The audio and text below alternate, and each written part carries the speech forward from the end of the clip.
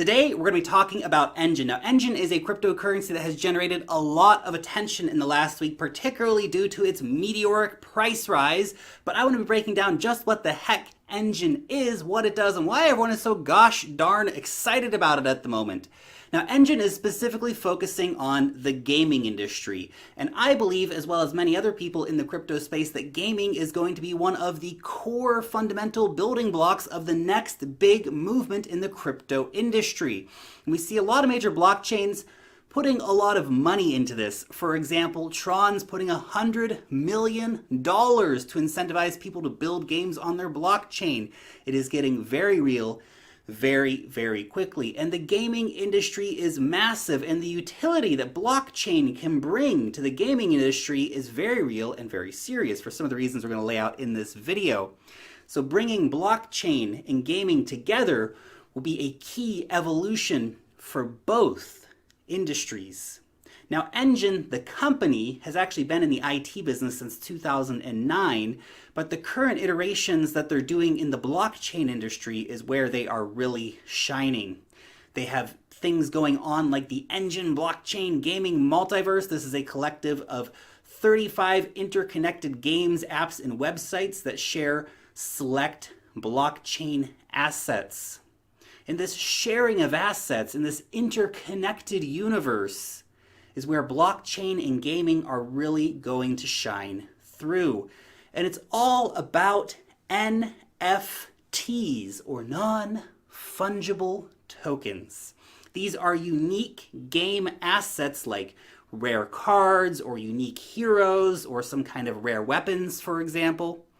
This is made possible via the ERC-1155. What essentially that is a new standard of Ethereum-based tokens. Many of the ERC tokens that you will have will be ERC-20 tokens. The ERC-1155 is something different, something specifically made for the gaming industry.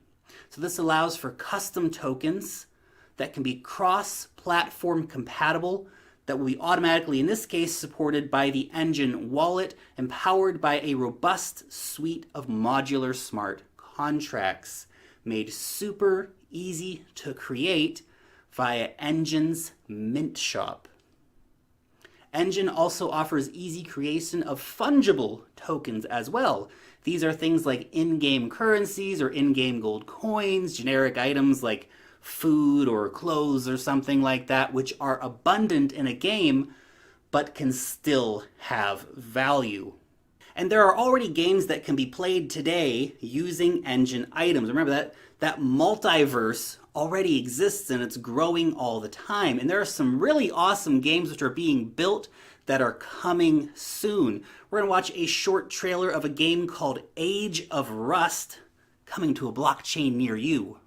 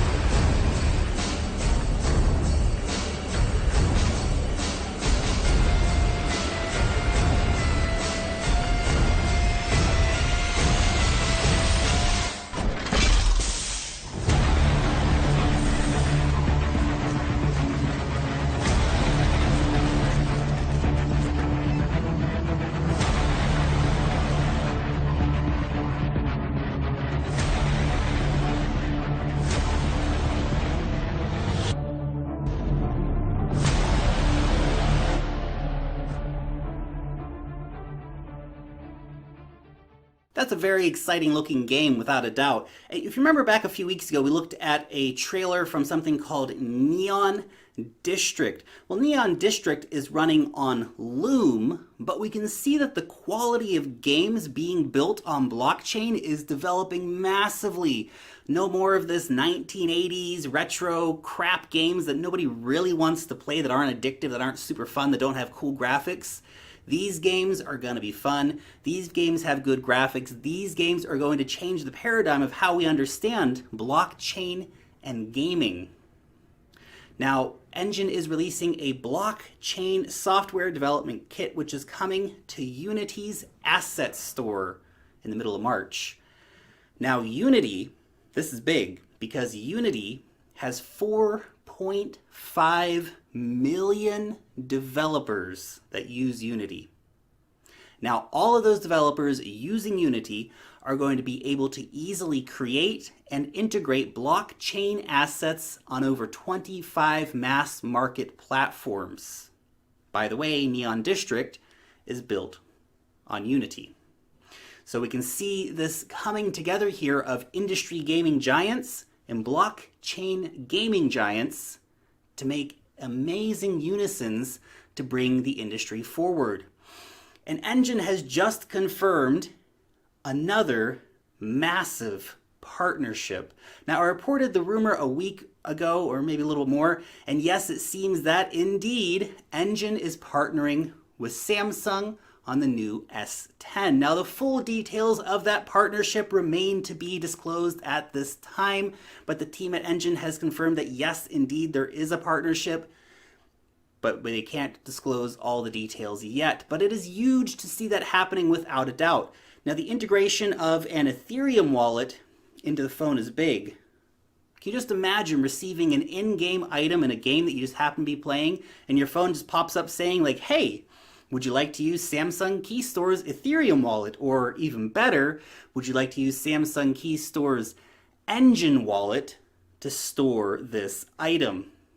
It will become less of a hurdle to onboard new users in this case. Now, at this time, the Samsung Key Store is only available to people in the US, Canada, and Korea, but of course that will be expanding over time.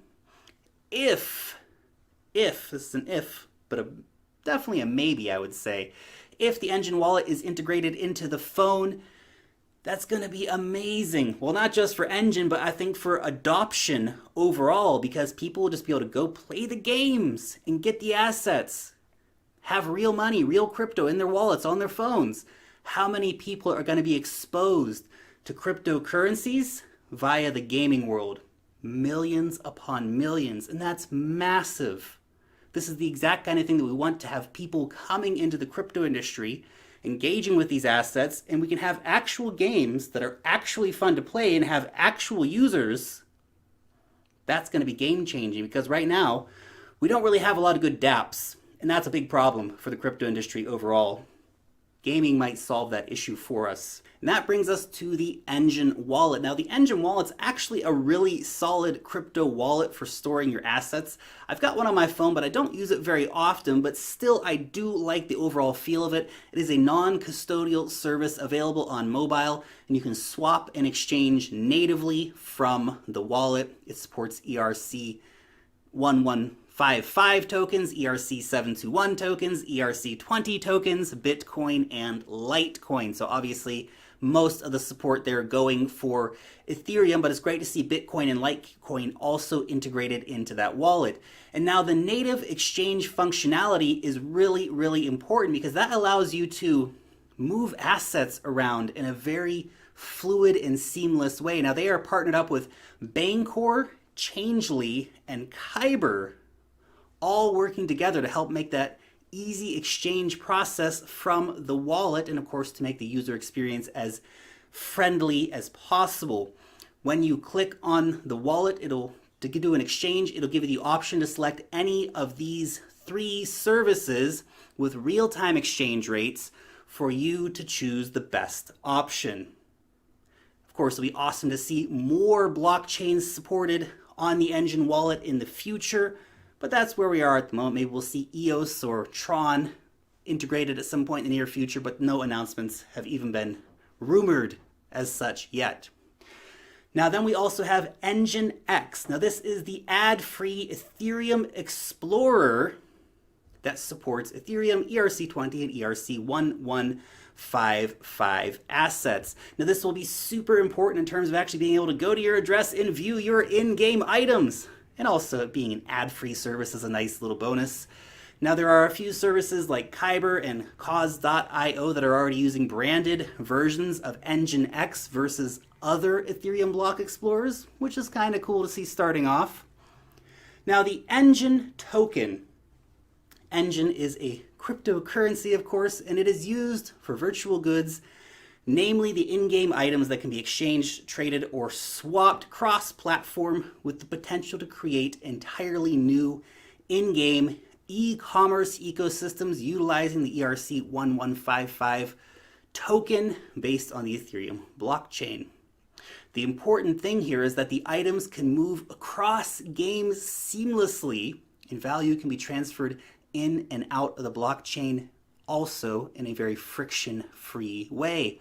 And moving assets across games is awesome because you can have whole universes with multiple games that develop, and you have a hammer or a suit of armor move across all of these games, and it can be really interesting in its application. But also, if you want to cash out, they're trying to make that as easy as possible too, because every item created is done so using Enjin's development platform and is backed by Enjin Coin. Now this guarantees that the item will have value, that it will have authenticity, and that it will have scarcity. So that one sword, for example, you might need to have 50 Enjin tokens to back that one sword. So this gives that real world value based on the value of Enjin. So just getting the assets and holding on to them, whether or not they become popular in the game, you still have that Enjin cryptocurrency balance, which is super cool. But let's assume that you have the Enjin and the game gets really popular and it goes up then. So there's a lot of ways that these assets can increase in value over time. Now, the important thing here is that the assets are meltable. So they are meltable assets. This means that essentially you can cash them out for Enjin tokens. So if we have that sword that is backed by 50 Enjin, well, you can melt the sword and get your 50 Enjin tokens. That's pretty awesome. Let's say, hey, it's a tough month, you need to pay your bills, well, you cash out some of your game assets and get money. Possible. Let's say you just want to do something else with your cash. You're done playing games. Cash out, move on. It makes it super, super easy and super quick to do. Now, currently there are around 8 million Enjin, which are locked up in meltable assets, and the ecosystem has barely started. This is really impressive, actually, to see how far it's come already. Just imagine when there are hundreds of games which are using Enjin, how many tokens are going to end up being locked up, and how rare will the Enjin coin actually become on the markets. Now, all the assets that are created via the Mint Shop will be archived in the Blockchain Legacy Collection, because they think that at some point we'll look back on this moment and go, wow, remember when we created the first blockchain-based assets and how cool that was? And the profits from the creation of assets using the Mint Shop will be used to buy back Enjin tokens to try and ensure the long-term viability of the model. Then we have Efinity. Efinity is Enjin's sidechain for Ethereum. This is super awesome. This makes for instant token scaling. Sidechains are so important for things like games because obviously the main Ethereum chain, it gets clogged up and all kinds of crazy business can happen over there from time to time. With a sidechain, you relieve a lot of that stress, and only when you want to do these value transfers over to Ethereum, for example, do we see these main chain transactions happening. So you have the side chain running and talking to Ethereum, but you can have so many more transactions happening on that side chain. And this highly scalable network will allow for you to build all kinds of things. Collectible card games, for example, dApps that can actually have millions of users, hundreds of thousands of users. Right now, if a dApp has a few thousand users and people are actually using it on a large basis, that can bring Ethereum to a damn near standstill. And that's not how you get mainstream adoption. You need these side chains to bring in massive amounts of people. to blockchain games. And then, of course, we can have multiple gaming universes and all this fun stuff happening with value transfers going from one game to another, being melted out and changed into another ecosystem, and it's pretty cool when it comes down to it. Now, recently, the market around Enjin has been exploding with all of the news. We've seen the price have an absolutely meteoric rise from around 3 cents a month ago to around 21 cents at the moment. Probably not the super best time to enter a position into Enjin if you weren't already in it a month ago. But that being said, even though I anticipate a cool down period to happen, I think the long-term economics of Enjin is very strong, because as the ecosystem grows, as more games come to the ecosystem, as more Enjin is locked up in those assets, we're going to see Enjin become increasingly scarce on public markets. That may take a time for it to get there. That might happen in a couple of years, for example. But again, the long-term trend for how the tokenomics work out for Enjin, I find really, really interesting in terms of building out this gaming world. And look, Enjin's not the only company working on gaming on blockchain. We have Loom, we have Cocos, we have Wax, we have a whole bunch of others which are looking to shake up the way that we understand gaming. And there's a place for all of them. It's not a zero-sums game. Enjin doesn't have to take all the business. Loom doesn't have to take all the business. Cocos doesn't have to take all the business. They can all work together to build a better value system for the gaming industry. And the implications, if they get it right, which they seem to be doing that currently, are going to be huge with an H. Anyway, guys, thank you so much for watching. Let me know what you think about Enjin down below in the comment section. As always, I really appreciate you taking the time to write those comments. I read them all, and I really appreciate your point of view, so hit me up down below. Let me know what you think about Enjin. And of course, if you enjoyed this video, leave a thumbs up on it. You can always subscribe to the channel if you are new around here, and hit that notification bell if you want to know when I put out a new video. Long live the blockchain, and peace out till next time.